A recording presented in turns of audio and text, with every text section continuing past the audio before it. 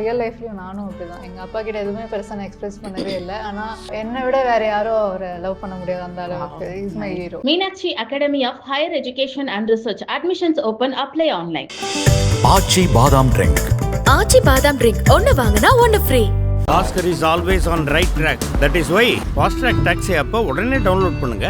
அநீதிலாம் பண்ணும்போது வசந்தபாலன் சார் வந்து அந்த கேரக்டரோட ஒவ்வொரு அசையும் எழுதியிருக்காரு. இல்ல அந்த நல்ல நுணுக்கமா பாத்தீங்கன்னா கண்டுபிடிச்சிருவீங்க. எனக்கு நடிக்க தெரியாது. அது ஒண்ணுமில்ல தகவல.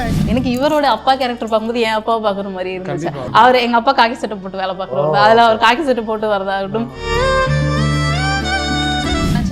நான் எங்க அப்பாவோடய தான் சுத்திட்டு இருக்கேன். எனக்கு அப்பானா அவ்வளவு பிடிக்கும். பட் ஒவ்வொரு டைம் வந்து வளர்ந்து ஒரு அடலசன்ட் ஏஜ் மாறி போகும்போது, அடுத்து நம்ம காலேஜ் போய் படிக்கும் போது இது எல்லாம் மாறிடுச்சு. ஸோ ஒரு பிரிவினை வந்துடுச்சு. பட் இமோஷன்ஸ் இன்னுமே ரொம்பவே அந்த மாதிரி என் மனசுக்குள்ள இருக்கு. ரியல் லைஃப்லயும் நானும் அப்படிதான். எங்க அப்பா கிட்ட எதுவுமே பெருசா நான் எக்ஸ்பிரஸ் பண்ணவே இல்லை. ஆனா என்னை விட வேற யாரும் அவரை லவ் பண்ண முடியாது அந்த அளவுக்கு. Is my hero. கார்கி பண்ணி முடிச்சு கொஞ்ச நாள்ல எனக்கு வந்து இயல்பாகவே அது கொஞ்சம் வர ஆரம்பிச்சது. பேசிட்டே இருக்கும்போது இந்த நீங்க பார்க்க எங்கதான் இருக்கீங்க அம்மா கேரக்டர் அப்படின்றப்போ என்ன இருந்தது உங்க மைண்ட்ல ஃபர்ஸ்ட் கதை கேட்கும்போது? முண்டாசுப்பட்டி டு மெட்ராஸ் மேட் இந்த ஒரு ஜேர்னி இருக்கு இல்லையா, லைக் இந்த ஜேர்னில வந்து நடிப்புல நீங்க கத்துக்கிட்ட விஷயம்னா என்ன? இன்னும் நடிப்பையே கற்றுக்கல. நான் இதை எக்ஸ்பெக்ட் பண்ணேன் உங்ககிட்ட. கோப்பட மட்டும் இல்லை, நீங்கள் வந்து நான் எங்கே கோப்பட நம்மளோட தன்மானம் இழக்கும் போது மட்டும்தான் அந்த நம்மளை மீறி பொங்கி வரும்.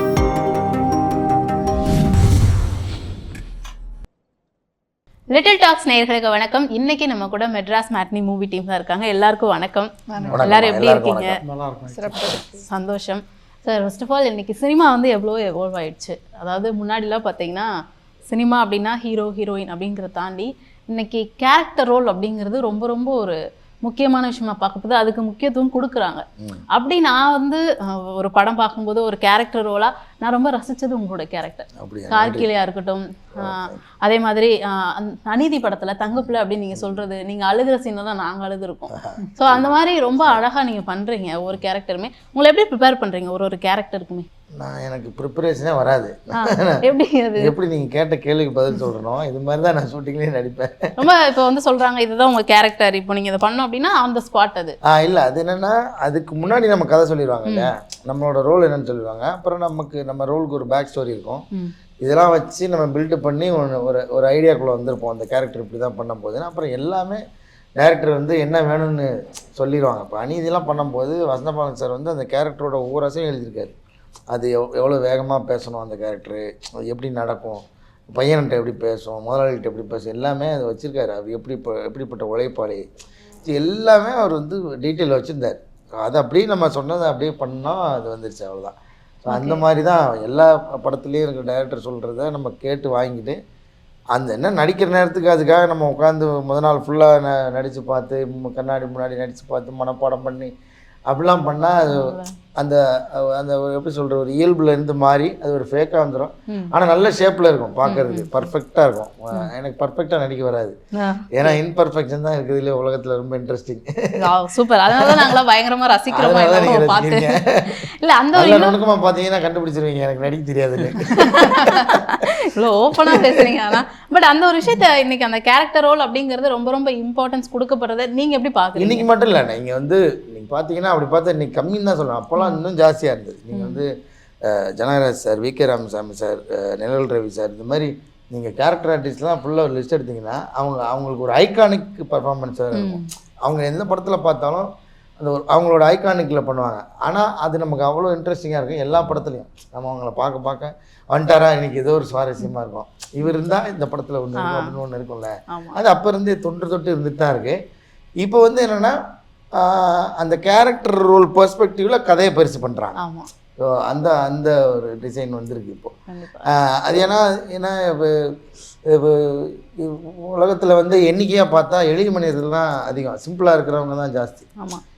நீங்கள் வந்து உலக அழகி ஒரு உலகத்தில் ஒருத்தங்க தான் இருக்காங்க, மீதிய பேர்லாம் அழகி இல்லையான்னு எல்லாரும் அழகி தான்.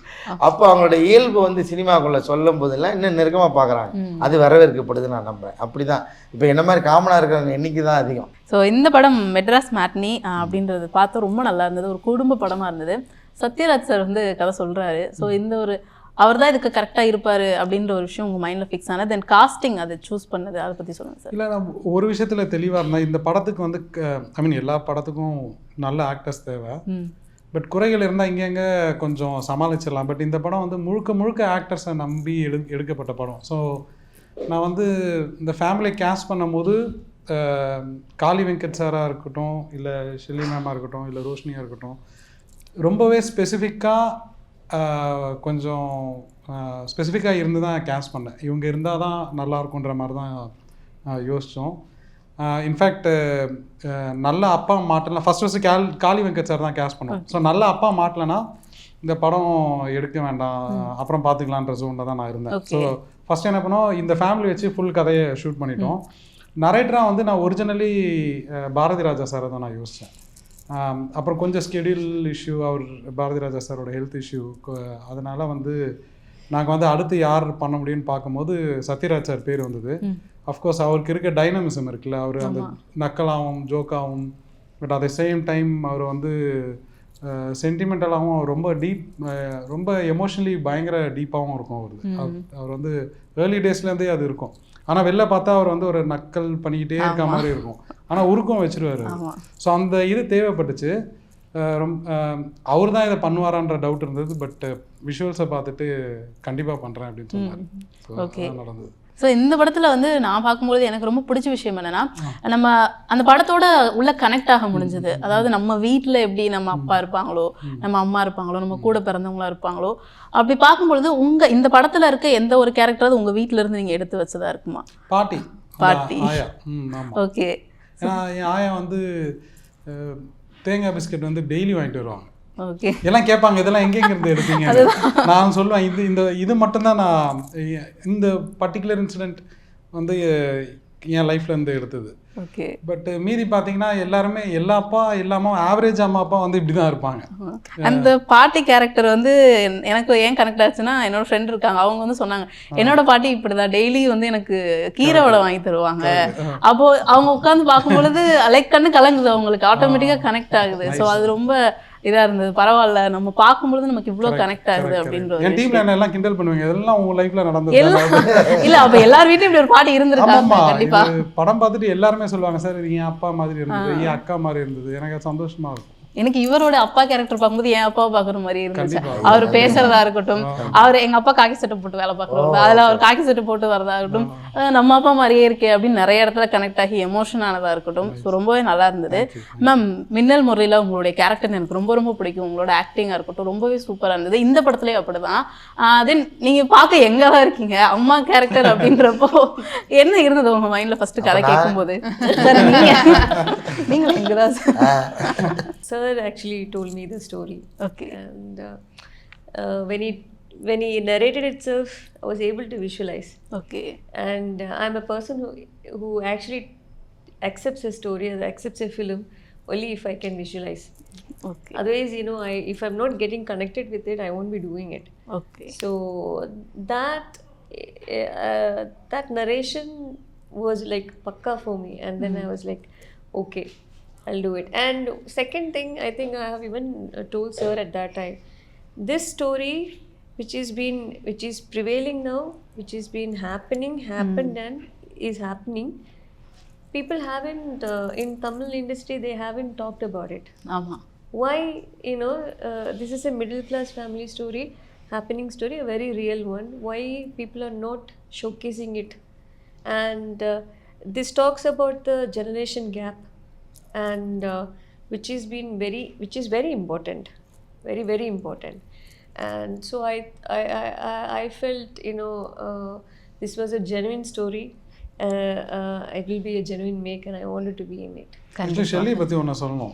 நான் எல்லாரையுமே ஈஸியாக கன்வின்ஸ் பண்ணிட்டேன். இவங்க ரொம்ப பிக்கி ஆக்சுவலி. அதனால தான் நான் படம் பார்த்தீங்கன்னா ரொம்ப செலக்டிவாக இருக்கும்.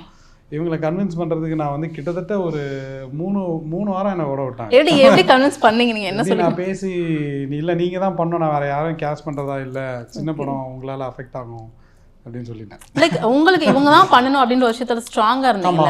எதனால? மின்னல் முரளியில் வந்து அவங்க ஒரு பயங்கரமான கிரேஸும் சேட்னஸும் இருக்கும். அது ஏன் சோகமாக ஃபீல் ஆச்சுன்னு தெரியல. அது ஜஸ்ட் ஒன்றுமே பேசாமலே அவ்வளோ கிரேஸும் சேட்னஸும் அது பார்க்கும்போதே நம்மளால ஃபீல் Correct. பண்ண முடியும் அவங்களுக்குள்ள அவ்வளோ ஒரு ஆமா, விஷயம் ஆமா, இருக்குது ஆமா. அப்படின்ற ஒரு விஷயம். ரொம்பவே சூப்பராக இருந்தது. தென் ரோஷினி, உங்களை வந்து நாங்கள் சீரியலில் பார்த்தோம். இப்போ சினிமாவில் வரப்போ அந்த ஒரு growth இருக்கு இல்லையா, பர்சனலி எங்களுக்கு ரொம்ப சந்தோஷமாக இருக்குது. தென் இந்த படத்தை அவர் உங்களுக்கு நரேட் பண்ணும்போது what is in your mind? கண்டிப்பாக இந்த படத்தை வந்து மிஸ் பண்ணிடக்கூடாதுன்னு தான் ஒரு பெரிய இதுவாக இருந்து அவர் ஏதாவது கன்வின்ஸ் பண்ணி நான் தான் பண்ணோம், வேற நீங்க நீங்க convince மைண்டில் வரக்கூடாதுன்ற மாதிரி தான் நான் வந்து அப்படிதான் அந்த இடத்துல இருந்தேன் நான். ஓகே. ஸோ ரொம்பவே பியூட்டிஃபுல்லாக இருந்தது இந்த படம் படிக்கும் போது. எனக்கு ஸ்கிரிப்ட் கொடுத்தாங்க, எனக்கு அந்த ஒரு இதுவும் கிடச்சிது, அந்த ஆப்பர்ச்சுனிட்டியும் படித்து பார்க்கவும் ரொம்ப ஈஸியாக என்னால் சரளமாக என்ன சொல்கிறது, ஏற்கனவே ஒரு 10-20 வாட்டி படித்த மாதிரி பரிச்சயமாக இருந்தது அந்த கதை. எனக்கு ரொம்பவே படிக்கும் போதே சொல்கிறேன், ஏன்னா படிக்கும் போது வேறு மாதிரி இருக்கும், பார்க்கும்போது வேறு மாதிரி இருக்கும். ஆனால் படிக்கும் போதே எனக்கு வந்து என் கதைன்ற மாதிரியே இருந்தது படிக்குமோ.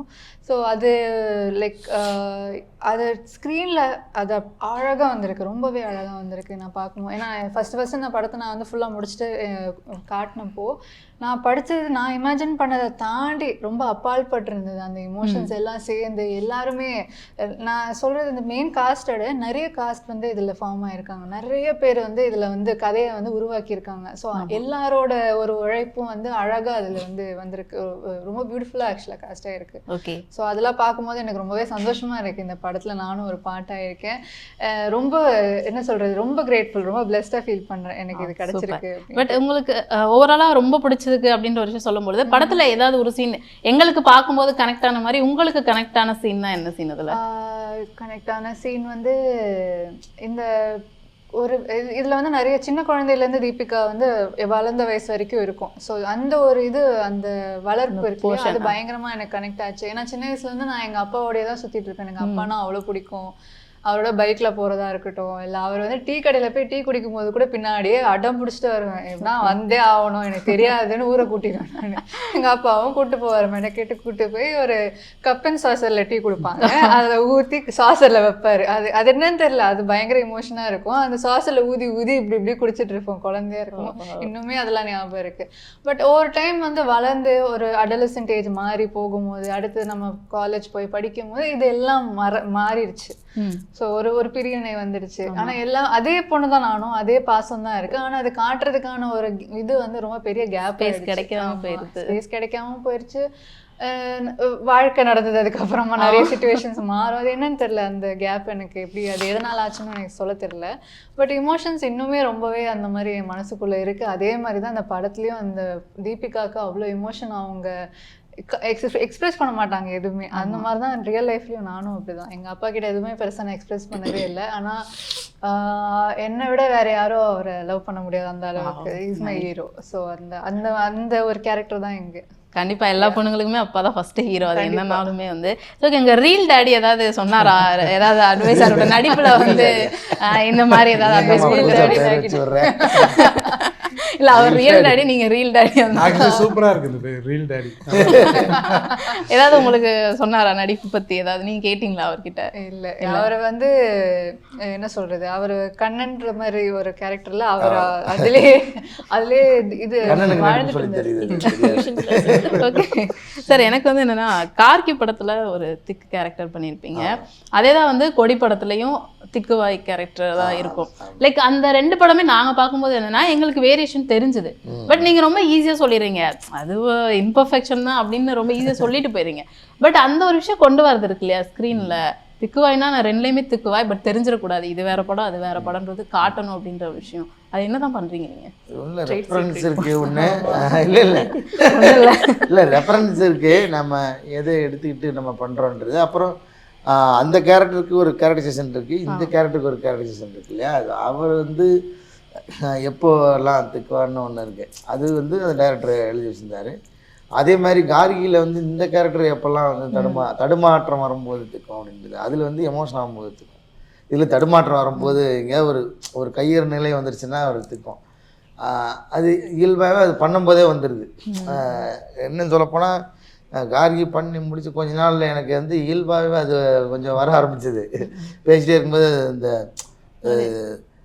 அப்படி வர ஆரம்பிச்சிச்சு எனக்கு. அப்புறமா கொஞ்சம் அதுலேருந்து வெளில சிலது நம்ம ரொம்ப பிடிச்சிச்சின்னா அது ஒரு பேய் மாதிரி தான். இப்போ பேய்க்கு நம்மளை பிடிச்சிச்சுனாவோ நமக்கு பேயை பிடிச்சிச்சுனாவோ நம்ம கூட வந்துடும். அந்த மாதிரி அந்த கேரக்டர் கொஞ்ச நாள் ட்ராவல் பண்ணிச்சு ஆக்சுவலாக. அப்புறம் அது வெளில வந்துட்டேன் நான். இது வந்து இன்டென்ஷனாக இது வந்து அது மாதிரி இருந்துடக்கூடாது, இது வேறையாக இருக்கணும் அப்படின்னு நினச்சி நான் பண்ணல. ஆக்சுவலாக கொடியில் பண்ண கேரக்டரு அதோட இன்டென்ஷன் எல்லாமே வேறு. இப்போ கார்கியில் பண்ண கேரக்டருக்கும் அந்த கேரக்டரோட இன்டென்ஷன் எல்லாமே வேறு. ஸோ அதை மட்டும் நம்ம உள்வாங்கி பண்ணால் எனக்கு தெரிஞ்சு அந்த ரிசம்பளன்ஸ் வராதுன்னு நினைக்கிறேன். Super sir.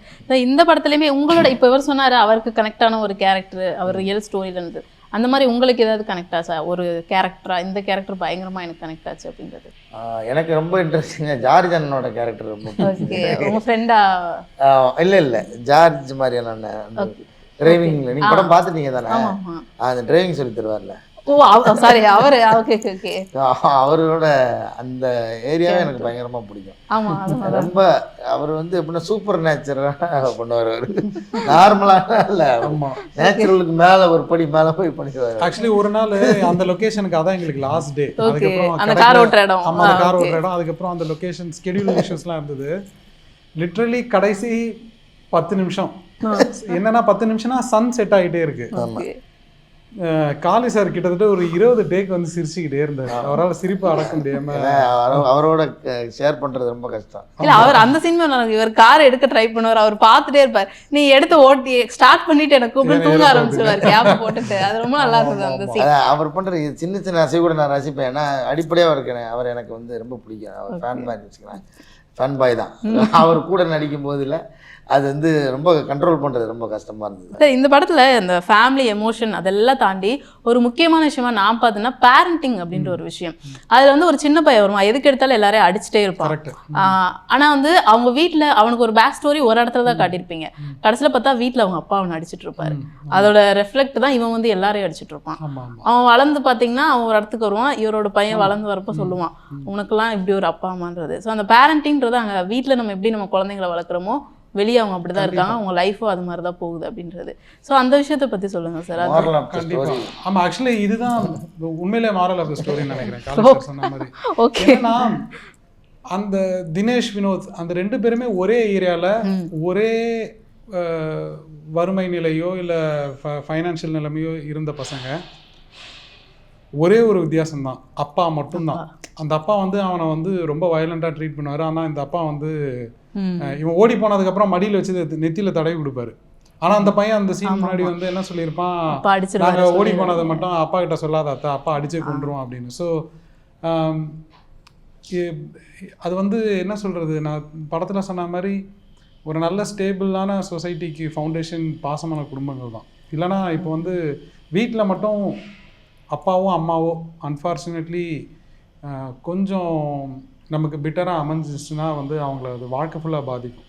ஸோ அது ரொம்ப முக்கியமான ஒன்று. ஸோ இந்த படத்தில் நிறைய விஷயம் சொல்லியிருக்கீங்க. பார்க்கும்பொழுது எனக்கு ஒவ்வொரு விஷயமும் பயங்கரமாக கனெக்ட் ஆச்சு. ஆண்களோட வலி, அதாவது ஒரு கல்யாணத்துக்கு அப்புறம் இவர் நிறைய இடத்துல இவர் கோவப்பட வேண்டிய சுச்சுவேஷன் வரும். ஆனால் இவரால் கோவத்தை காட்டவே முடியாது. வீட்டில் ஒரு டயலாக் இருக்குது இவரோடது, வெற்றி வெளியே எத்தனையோ பேர் என்ன அசிங்கமா திட்டுறான், பெத்த பிள்ளைங்க தானே அப்படின்னு சொல்றதா இருக்கட்டும். ஸோ நிறைய விஷயம் ஆண்களோட வழி. கல்யாணத்துக்கு அப்புறம் அவங்க கோவம் வந்தாலும் கோவப்பட முடியாது, ரெஸ்பான்சிபிலிட்டி அப்படின்னு நிறைய விஷயம் இருக்கு இல்லையா? இந்த மாதிரி வழி உங்க வாழ்க்கையில நீங்க அனுபவிச்ச இடங்கள், வெளியே காட்ட முடியாத கோவங்கள் இல்லை அப்படி இருக்கா? இல்லை அப்படி இல்லை. பட் ஜென்ரல் என்னன்னா இப்போ எப்படி எல்லா பெண்களுக்கும் அவங்க சைட் ஆஃப் சஃபரிங் இருக்கும், அது ஆம்பளைங்களுக்குமே கண்டிப்பாக உண்டு. ஆனால் ஜென்ரலாக என்னென்னா சோஷியல் லென்ஸை வச்சு பார்க்கும்போது அது ஆம்பளைங்க வீக்காக அதை பற்றி பேசினா வீக்காக அப்பியர் ஆவாங்க. ஸோ அதனால் பேச மாட்டாங்க. பட் என்னென்னா வெளி உலகத்தில் வந்து ஒரு ஆஃபீஸில் வேலை செய்கிறதே ஒரு பயங்கரமான ட்ரெயினான விஷயம் தான். ஏன்னா பல பாலிட்டிக்ஸு நீங்கள் பல லெவல் தாண்டணும். ஒரு ஆம்பளை ஓடுறது குடும்பத்துக்காக தான். நீங்கள் எனக்கு தெரிஞ்சு அப்பாலாம் அவருக்கு எதுவுமே பண்ணிக்கிட்டது கிடையாது.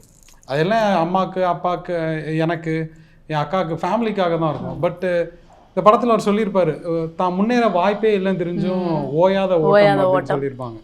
ஸோ அது வந்து அதான் பெண்களுக்கும் இருக்குது, அது ஆண்களுக்குமே அந்த அந்த ஒரு டிஃப்ரெண்ட்டான சஃபரிங் அண்ட் சேலஞ்ச் கண்டிப்பாக இருக்குது. மேம் இதுக்கப்புறம் உங்களை தமிழ் படங்களை நாங்கள் அதிகமாக பார்க்கலாமா?